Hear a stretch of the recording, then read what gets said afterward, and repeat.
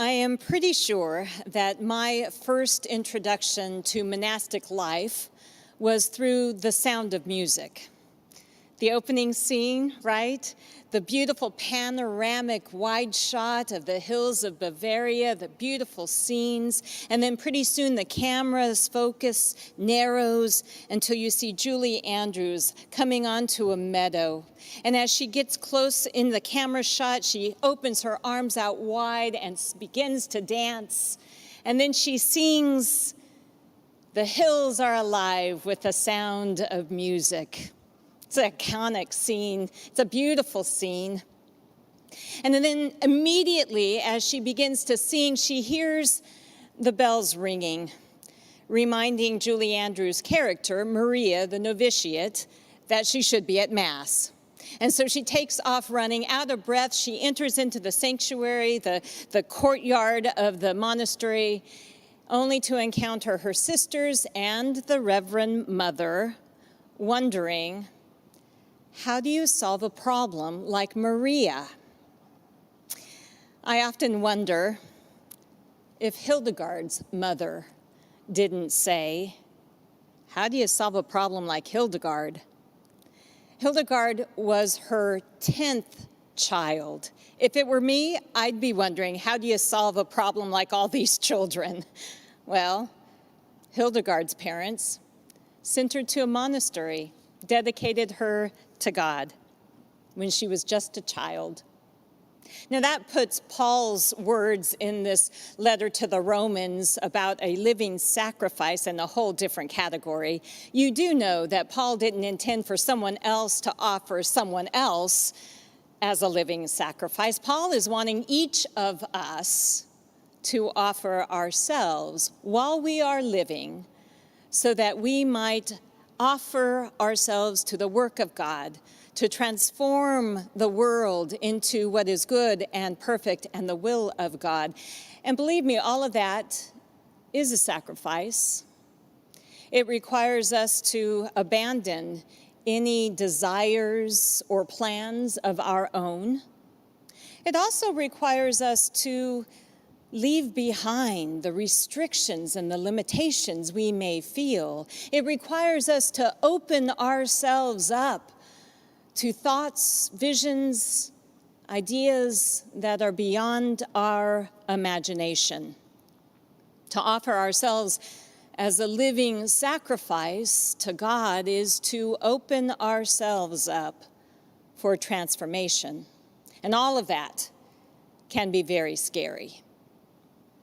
Now, I know it's not really fair for me to project my panic about the idea of having 10 children onto Hildegard's mother, especially considering that in Hildegard's day, there were many wealthy families who would dedicate their children to God, which meant they would send them off to live in a monastery for their life when they were as young as 5. It was meant to be a gift to God as a way to show gratitude for the blessings that they were given. So, it was a viable option for her in those days. But still, there were the visions.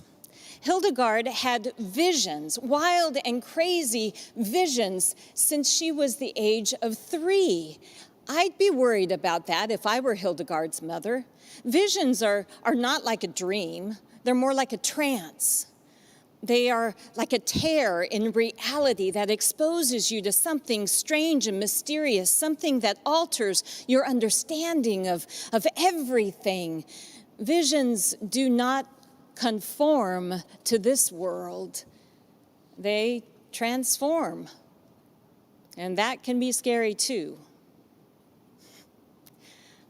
I've always wondered exactly what it was that made Maria such a problem. She climbs a tree and scrapes her knee. Her tress has got a tear. She waltzes on her way to Mass and whistles on the air. And underneath her wimple, she has curlers in her hair. I never really thought that was much of a problem when I was a child watching The Sound of Music. But I did notice there was a difference between Maria and the other nuns. Maria was careful, and she joyfully sang and danced in that meadow on the hillside. And the other nuns, they were orderly and controlled as they processed through the monastery and into the sanctuary. You know, mystics like Hildegard are kind of difficult to know what to do with. Hildegard was a teenager when she realized that she actually was the only one who could see the things she was seeing. And so she kept her mouth shut. She didn't say a word about her visions. I bet she was wondering, how do I solve this problem of seeing these things? Mystics, sometimes in the Christian tradition, were well received, other times not so much. They've been with us throughout our Christian history, but they were always a little bit different, and they weren't always affirmed, because, you never know exactly where those visions might lead you. It could very well lead us away from that orderly, controlled procession out to the hillsides and the meadows where we sing and dance. It's best to be careful. Are visions from God, or are they from a deranged mind? How were the nuns supposed to understand Maria? She is gentle, she is wild, she's a riddle, she's a child, she's a headache, she's an angel, she's a girl. I'm not exactly sure how old I was when I began to understand that at the end of The Sound of Music, Maria and the rest of the Von Trapp family were escaping the Nazis as they were planning to enter into Austria. It was beyond my young child's understanding, but when I realized that was part of the movie, I had a greater appreciation for the movie. How would Captain Von Trapp solve a problem like the Nazis? Many people flocked to monasteries in Hildegard's day. It might seem like they were escaping the problems of the world, but actually, they were simply removing themselves so that they might not be conformed to the world. They were placing themselves in a sacred and holy place so that their minds might be renewed, so that they can reflect on God and focus on what is holy and be transformed so that they might affect the transformation of the world. Hildegard's world was emerging from medieval chaos.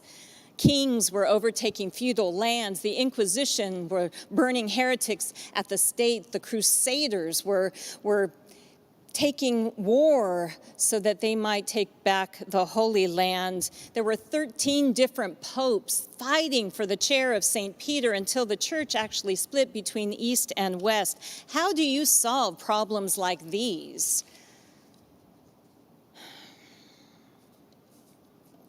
Hildegard's silence about her visions broke eventually. She was 42 when she had a vision where she heard the words, "Write down that which you see and hear." But even then, she wasn't willing to take the risk. She kept them to herself for a few more years, but she found that she got really ill, and it got so bad that she realized she had to do something, and she began to write down her visions. And as soon as she was writing them down, she felt her illness being healed and her strength returning with each word she wrote. Hildegard wrote this about one of her visions. "My soul, as God would have it, rises up high into the vault of heaven and into the changing sky and spreads itself out among different peoples, although they are far away from me in distant lands and places. And because I see them in this way in my soul, I observe them in accord with the shifting of clouds and all other created things. It's a beautiful vision. Hildegard's visions were scary at times. When you open your whole self up to be one with God, you can't expect everything to be within our understanding, within our comfort zone, within the confines of our imagination. In one vision she writes about, it begins, the dark membrane contained a dark fire of such horror that I was unable to perceive it properly. Given the problems of Hildegard's world, dark visions aren't too surprising. How many of you have had dreams in this time? The Yale School of Medicine says that people are reporting strange, intense, colorful, vivid dreams and disturbing nightmares during this pandemic. How do you solve a problem like COVID-19? I've known just one mystic in my life, Walt. He came to visit me in my office one day. I was the associate pastor of the church, his church at the time. He shared his ability to have visions, and he shared some of his writings about them, and he even drew images of them. I didn't know what to do with Walt's visions. They were beyond my imagination, my understanding, my experience, my pay grade. So I just listened. And while I didn't know what to do with them, I did envy his peace. For as strange as his visions were, every single time he had one, Walt found peace. Hildegard believed her visions to be a reflection of what she called the living light, and that brilliance inflamed her whole heart and warmed it, quote, as the sun warms anything its rays touch. We could use some mystical visions these days. You know, some insight that goes well beyond our abilities to take on our own, those insights to help us see others in the reflection of the living light. Maybe some awareness of the indescribable and strange holiness of all of life, some intuition that brings us new understandings and clarity about God and each of us that might allow for our transformation. We could use some mystical vision that brings peace, that opens ourselves up to new possibilities, that might even send us running with arms open wide to dance in the middle of a meadow on a hillside and sing about such ridiculous things, such beautiful things as the hills being alive with music. So here's the invitation. Let this time of physical distancing be a time for you to renew your minds, to focus on what is holy, to reflect on God, and to allow yourselves to be open to what vision you might be given. Seems to me like the only problem with Maria was that the nuns kept trying to take the cloud and pin it down, or keep the wave upon the sand, or hold a moonbeam in their hands.